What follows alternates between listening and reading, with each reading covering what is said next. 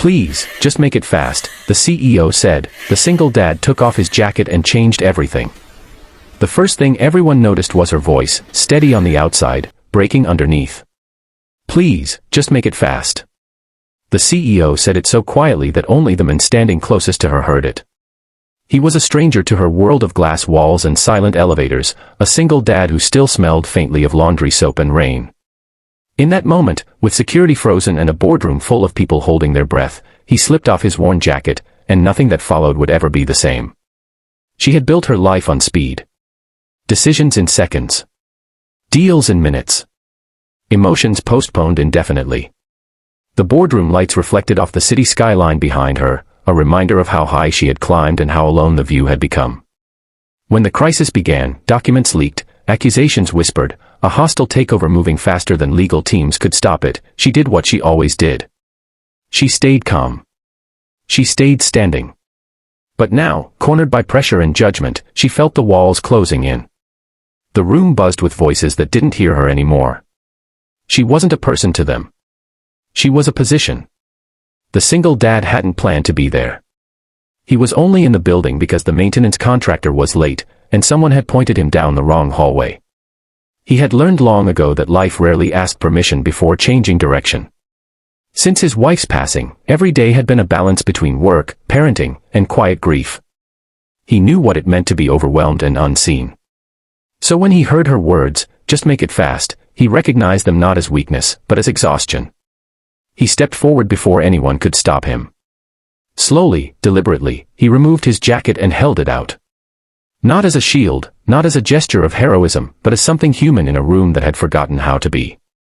"You're shaking," he said gently, as if speaking to his daughter after a nightmare. "Take this. Breathe first. Nothing important should be done while you're holding your breath."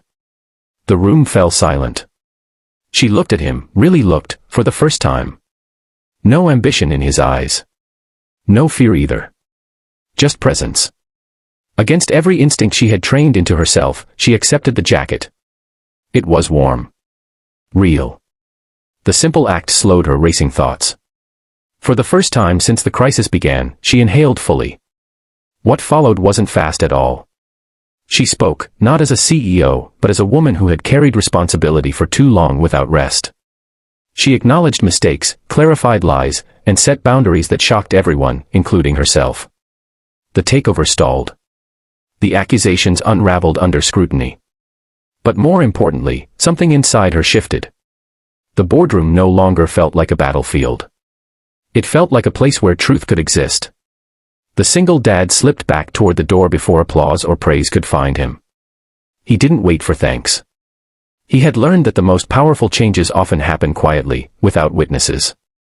As the elevator doors closed, he checked his phone, 3 missed calls from his daughter asking when he'd be home. He smiled, already lighter, already changed.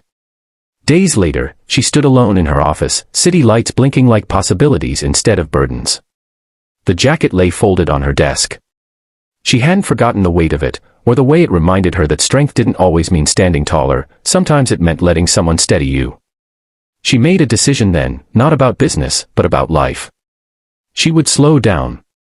She would listen. She would remember that leadership without humanity was just noise. When she finally found him again, it wasn't in a boardroom. It was at a small park, where he pushed his daughter on a swing, laughing as if the world had never been heavy at all. She returned the jacket without a speech, only a quiet thank you. He nodded, understanding more than she said.